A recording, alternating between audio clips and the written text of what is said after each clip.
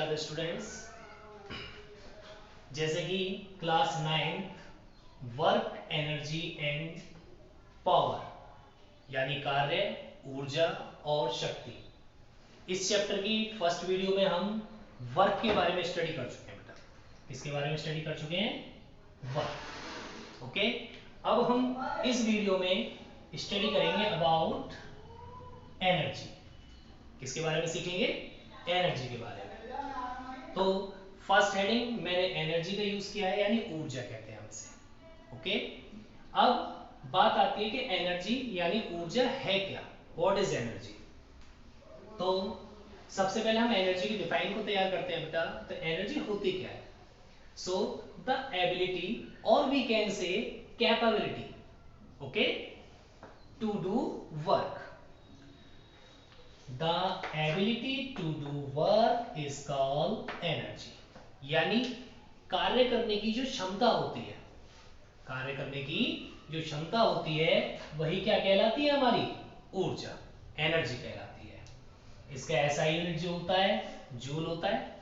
Okay, और अगर हम देखे जाए तो एनर्जी को डिफरेंट फॉर्म्स में डिवाइड कर सकते हैं, लेकिन उनमें से जो दो मेन है पहले हम उनके बारे में स्टडी करेंगे। इनमें पहली जो है हमारी बेटा वो है आपकी काइनेटिक एनर्जी। क्या है? काइनेटिक एनर्जी, जिसे हम गतिज ऊर्जा के नाम से जानते हैं। ओके, अगर इसके बारे में कोई आपसे पूछे कि काइनेटिक एनर्जी है क्या, तो आप क्या बताओगे? तो हम इसे सिंपल सी लैंग्वेज में लिखेंगे, एनर्जी ड्यू टू मोशन। यानी किसी भी ऑब्जेक्ट में जो एनर्जी उसके मोशन की वजह से होती है वही कहलाती है काइनेटिक एनर्जी, यानी गतिज ऊर्जा। यानी किसी भी वस्तु के अंदर उसकी गति के कारण जो ऊर्जा होती है वो गतिज ऊर्जा कहलाती है। Okay, second one is a potential energy which is known as the स्थितिज ऊर्जा। अब ये क्या होती है? तो पोटेंशियल एनर्जी सिंपल बेटा एनर्जी ड्यू टू स्टेट और position, okay, of an object. यानी वह ऊर्जा जो उसकी अवस्था, ठीक है, या पोजीशन की वजह से उस ऑब्जेक्ट के अंदर प्रेजेंट होती है, उसी को हम बोलते हैं उसकी पोटेंशियल एनर्जी, या फिर हम कह सकते हैं बेटा स्थितिज ऊर्जा।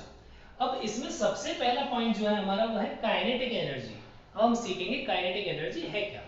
ओके, और इसका डेरिवेशन आपके लिए सिलेबस में इंपॉर्टेंट है, तो उसे गौर से देखेंगे बेटा। इसे मैं साफ कर देता हूं।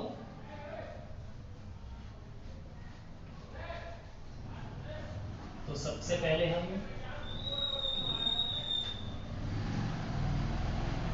यूज करेंगे काइनेटिक एनर्जी के बारे में।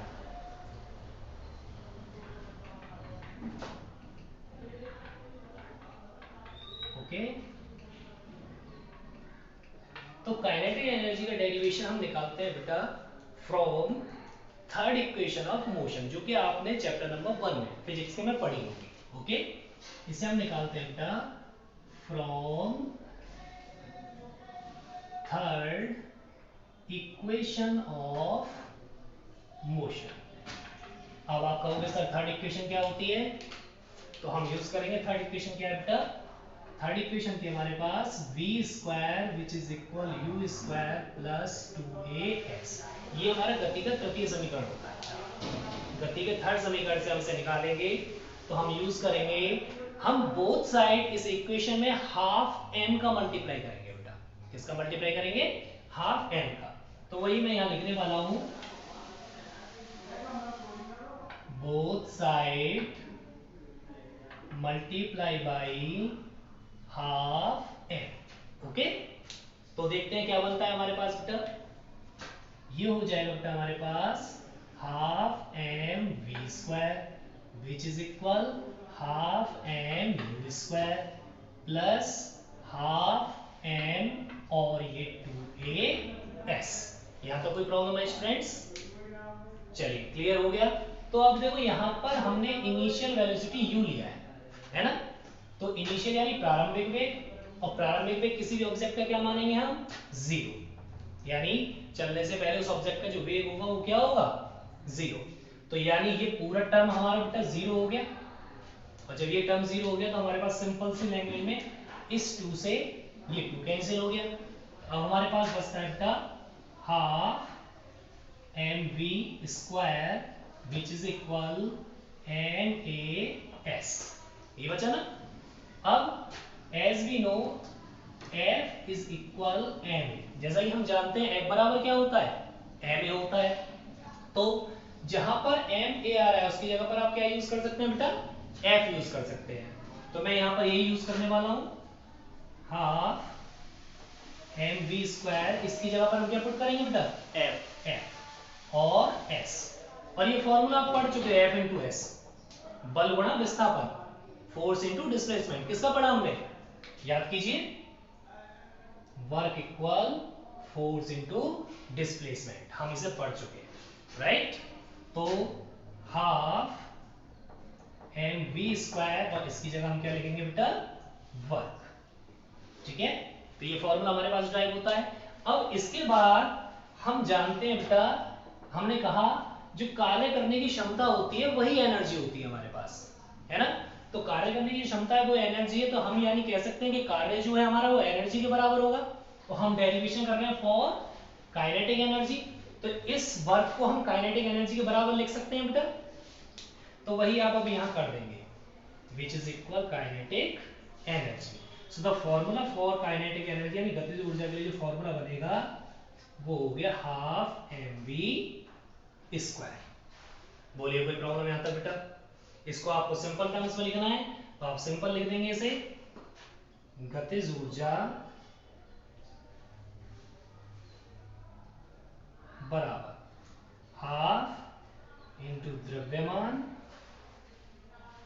इंटू वेग का स्क्वायर। ओके, कोई प्रॉब्लम बेटा, मेरे हिसाब से अब तक यहाँ जो हमने कंडीशन का यूज किया है वो क्लियर हो गई होगी। अब हम इसके बाद एक पोटेंशियल एनर्जी जो हमने लिखा था उसका और यूज करके देखते हैं, क्योंकि ये फॉर्मूला हमारे क्लास 9th में न्यूमेरिकल्स के लिए मोस्ट इंपोर्टेंट फॉर्मूलाज हैं।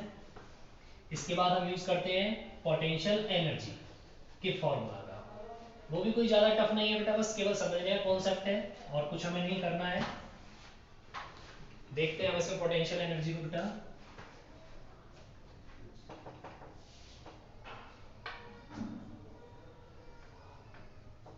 जिसे हम जानते हैं बेटा किस रूप में, स्थितिज ऊर्जा के रूप में।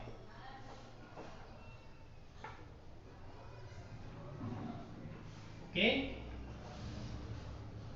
ये हमारे पास हमारा न्यू कॉन्सेप्ट है। ओके, तो हम इसे निकालते हैं बेटा फ्रॉम डेफिनेशन ऑफ वर्क। इसे निकालते हैं फ्रॉम डेफिनेशन ऑफ वर्क। तो फ्रॉम डेफिनेशन ऑफ वर्क, तो हमें पता है वर्क इज इक्वल, हमने पढ़ा है बेटा फोर्स इनटू डिस्प्लेसमेंट, यही पढ़ा है ना। बट यहाँ पर थोड़ा सा चेंज करना हुआ बेटा, हमने पढ़ा है as F is equal M A, है ना। ये तो होता है बेटा त्वरण, ओके। लेकिन जब किसी भी ऑब्जेक्ट को आप अर्थ सरफेस से ऊपर की ओर फेंकेंगे, देखेंगे यहां से, जैसे मैंने ये स्टेयर्स बना दी, ये आपकी कुछ स्टेयर्स हैं और यहां पर कोई ऑब्जेक्ट प्रेजेंट है, ओके। और अर्थ से इसकी जो हाइट है वो है h, जो जितनी ऊंचाई पर ये रखा हुआ है, और इस पर जो वर्क करेगा नीचे की ओर वो क्या वर्क करेगा, ग्रेविटी, क्या वर्क करेगा। तो जो त्वरण होगा ना, ये वाला त्वरण, ये एक्सचेंज हो जाएगा बाई ग्रेविटी। तो जो फोर्स का फॉर्मूला हमें यूज करना है वो अब क्या यूज करना होगा, mg नॉट ma, ओके। तो मैं यहां पर यही चेंज करने वाला हूं बेटा, और जो डिस्प्लेसमेंट है वो कन्वर्ट हो जाएगा हमारा किसमें, हाइट में, ओके। तो फॉर्मूला हमारा तैयार हो चुका है और हम यहां पर इसे लिख देंगे, वर्क इज इक्वल, मैंने बताया कार्य किसके बराबर होगा, ऊर्जा के। तो ऊर्जा जो है हमारे पास वो पोटेंशियल एनर्जी है, जिसे डिनोट करते हैं बेटा यू से। किससे इंडिकेट करते हो आप, यू से। तो U is equal M G, F की जगह पर पुट कर दिया मैंने, और एस की जगह पर H. This is the formula for potential energy यानी स्थितिज ऊर्जा। तो अगर सिंपल में लिखना चाहेंगे आप इसे क्या लिखेंगे,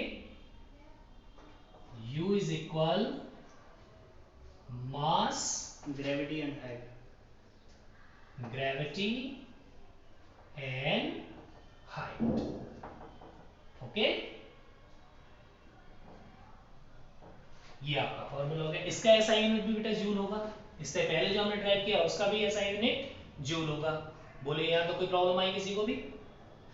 अब आपको इस पॉइंट को ढंग से डिस्कस करना है और उसके बाद जो इसमें आपको प्रॉब्लम है आप मुझे कमेंट कीजिए, और आपकी बुक्स में इन दोनों टॉपिक्स से रिलेटेड न्यूमेरिकल्स आपके पास होंगे, उन न्यूमेरिकल्स को आप घर से प्रैक्टिस करके देखिए, और जिसमें भी आपको प्रॉब्लम आती है तो आप मुझ पे बाय कमेंट उसे सेंड कीजिए, मैं आपको इसका सॉल्यूशन दूंगा। Thank you.